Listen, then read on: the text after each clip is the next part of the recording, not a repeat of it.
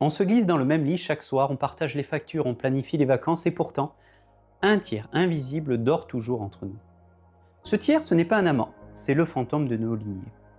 Souvent en consultation, je vois des partenaires s'épuiser dans des combats qui ne leur appartiennent pas. Ils croient se disputer pour une histoire de vaisselle, de messages non répondus ou de fréquences sexuelles, mais sous la surface, ils rejouent fidèlement le scénario que leurs parents ont écrit pour eux. Entrer véritablement en couple, c'est d'accepter de commettre un crime invisible, celui de la déloyauté familiale. Je suis Jérémy Bessard, thérapeute de couple et sexothérapeute. Mon quotidien consiste à observer ces nœuds invisibles où l'amour s'asphyxie parce qu'on a confondu aimer sa famille et lui obéir aveuglément. Pour comprendre cette mécanique silencieuse, il faut regarder Marc et Sophie. Lorsqu'ils se rencontrent, ils s'essoufflent à construire ce qu'ils appellent le couple idéal. Sophie a grandi dans une maison où la colère était une arme de destruction massive. Elle a appris à se taire, à lisser les angles, à s'effacer pour maintenir une paix de façade. Marc, lui, est le fils d'une mère sacrificielle qui lui a répété toute son enfance qu'un homme fort porte tout sur ses épaules sans jamais se plaindre. Au début, leur système fonctionne, c'est ce que j'appelle une synchronisation inconsciente, le silence de l'un s'emboîte parfaitement dans le sens du devoir de l'autre. Le canal sensoriel de Sophie est kinesthésique. Elle ressent une lourdeur physique à la moindre tension. Marc est auditif, il guette le ton de sa voix, mais après 3 ans de vie commune, la machine s'enraye. Marc n'en peut plus de porter le poids d'un foyer où rien ne dépasse, et Sophie se sent s'éteindre dans un espace où aucune vague n'est autorisée. Quand le désir sexuel s'effondre, ils viennent me voir en consultation. Leur tentative de solution habituelle est de communiquer plus, mais quand Marc insiste pour que Sophie parle, cela déclenche chez elle une terreur de la confrontation, la poussant à se murer encore davantage. Plus elle se tait, plus il s'épuise. Ils sont coincés dans une boucle systémique parfaite, où la solution qu'ils appliquent maintienne le problème en vie. Pourquoi est-il si difficile de rompre ce cercle ? Parce que faire autrement que nos parents, c'est prendre le risque d'être exclus du clan.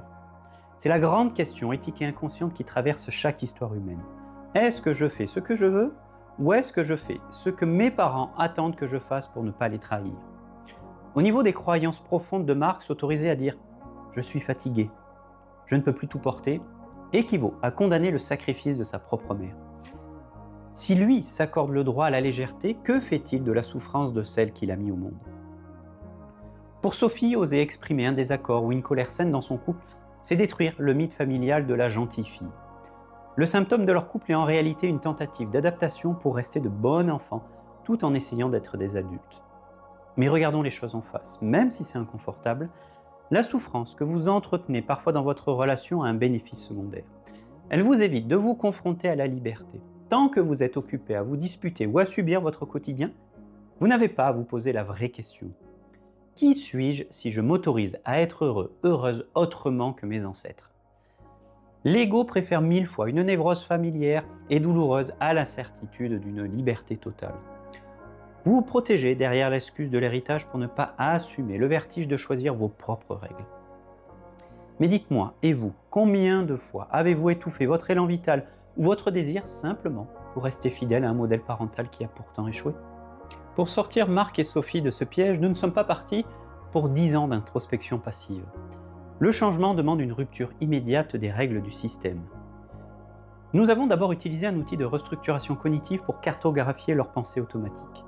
Lorsque Sophie voit Marc soupirer, sa pensée immédiate est « je l'ai déçu, si je parle, je vais détruire notre couple ».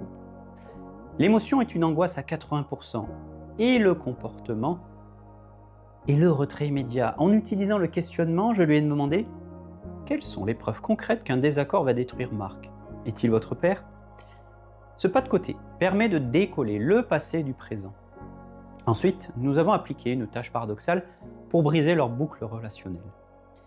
J'ai interdit à Marc de chercher à rassurer ou à faire parler Sophie pendant une semaine entière. A l'inverse, j'ai demandé à Sophie de planifier délibérément une mini-colère de 3 minutes chaque soir à 20h pour des motifs futiles. En rendant la confrontation obligatoire et artificielle, la peur de Sophie s'est dissoute dans le ridicule de la situation et Marc, contraint à l'impuissance volontaire, a arrêté de presser sa partenaire. Le système a été forcé de modifier ses règles du jeu. Mon objectif n'est pas de vous rendre dépendant de la thérapie, les actions d'aujourd'hui doivent devenir les habitudes saines de demain. Pour que le changement s'ancre dans le temps, Marc et Sophie ont dû décider consciemment de ce qu'ils gardaient de leur histoire et de ce qu'ils laissaient au vestiaire de l'enfance. Mais s'autoriser la déloyauté, ce n'est pas renier d'où l'on vient. C'est simplement comprendre que le plus beau cadeau que l'on puisse faire à sa lignée, c'est d'arrêter de payer des dettes psychiques que l'on n'a jamais contractées. Le couple n'est pas une chambre d'écho du passé, mais un laboratoire où deux adultes s'accordent le droit d'inventer une nouvelle langue, un espace où l'intimité se vit enfin au présent. Prendre le temps d'intervenir sur son couple ou sur sa vie intime exige de la lucidité. Pour valider la faisabilité de votre accompagnement, je dédie une première consultation offerte de 30 minutes, réalisée exclusivement en visio.